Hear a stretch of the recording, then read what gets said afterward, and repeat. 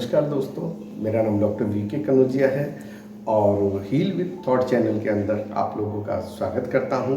आज जिस विषय के बारे में मुझे जो आप लोगों से बातचीत करनी है, एक अच्छी पेरेंटिंग, अच्छे माता पिता कैसे बने, तो उसी बारे में आप लोगों से बात करना चाहूँगा। यदि आप लोगों ने अभी तक मेरे चैनल सब्सक्राइब नहीं किया है तो जल्द से जल्द हील विद थॉट चैनल को सब्सक्राइब करें, जिससे कि मैं इस तरह से और वीडियो आपको देख सकूं।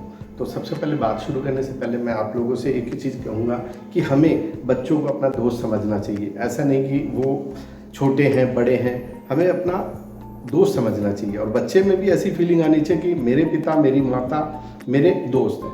तभी वो बच्चा जो चीज़ अंदर उसके चल रही होगी वो बोलेगा तुम्हें, नहीं तो वो बिल्कुल भी नहीं बताएगा, अंदर ही अंदर घुटेगा और आगे चल के बहुत सारी चीज़ें बाहर लोगों के विचारों का शिकार बनेगा। तो इसलिए सबसे पहले अपने बच्चों की बातों को जो है हमें ध्यानपूर्वक सुनना चाहिए कि वो क्या कह रहा है, उसकी बातों में कितनी सच्चाई है।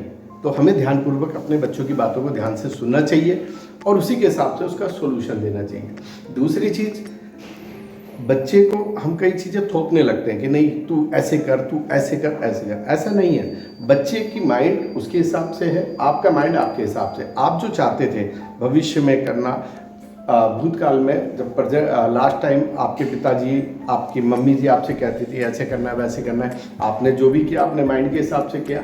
लेकिन आज बच्चा आपसे कह रहा है कि मुझे ऐसे इस तरीके से करना है और ऐसे करना है, तो आप उसका विरोध करते हैं, जो कि गलत है। विरोध क्यों करते हैं? उस हिसाब से आप सही थे, आज के हिसाब से वो भी ठीक है। तो दोनों का आपस में तालमेल बैठाएं, जो भी उचित हो वही चीज़ करें। ऐसा नहीं कि थोपने वाली स्थिति ना पैदा हो। अगर थोपने वाली स्थिति करेंगे तो कुछ समय बाद बच्चे से आपके बीच की दूरियां बढ़ने लगेगी। तो तीसरी चीज़ क्या है कि हमें क्या करना है, बच्चे से कम पर डे बात जरूर करनी है, अपने बच्चों से बात जरूर करनी है।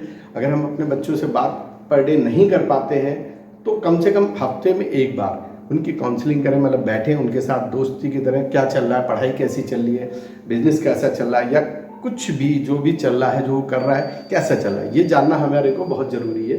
तो बच्चे को एज ए फ्रेंड के तौर पे उससे जो भी चल रहा है उसकी लाइफ के अंदर सब चीज़ जाने और डांट फटकार नहीं, प्यार से समझें और सिचुएशन को देख के उसका डिसीजन लेके किस तरीके से करना चाहिए। चौथी चीज़, कई बार आपने देखा होगा बच्चे किसी बात को जिद करते हैं कि नहीं पापा ये ठीक है, ये ठीक है, या मम्मी ये ठीक है, ये ठीक है।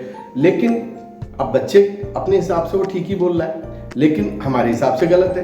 तो बच्चे को वास्तविक स्थिति से अवगत कराएं कि ठीक है कोई नहीं बच्चे, बेटा मुझे 2-4 दिन का या 5 दिन का, 1 हफ्ते का मुझे टाइम दो या 1 महीने का टाइम दो, मैं देखता हूँ, फिर मैं आपसे दोबारा इसके बारे में बात करता हूँ। तो टाइम दो, इतना टाइम उसके लिए काफ़ी होगा, बच्चे को भी सर्च करने के लिए, आपके लिए भी। आप सर्च करें, वास्तविक स्थिति उस बच्चे के सामने रखें, जो भी स्थिति होगी उसके हिसाब से फिर डिसाइड करना। अभी से क्यों नहीं ये गलत है, ऐसा नहीं करना चाहिए, जिसकी वजह से क्या हो जाता है, माँ बाप के बीच में, बच्चों के बीच में एक दूरी बढ़ जाती है, जिसका दूसरा थर्ड पार्टी नाजायज फायदा उठाता है, जिसकी वजह से हमारे बच्चों की डायरेक्शन बदल जाती है और वो नशे की उसमें या और भी गलत हरकतों में फंस जाते हैं।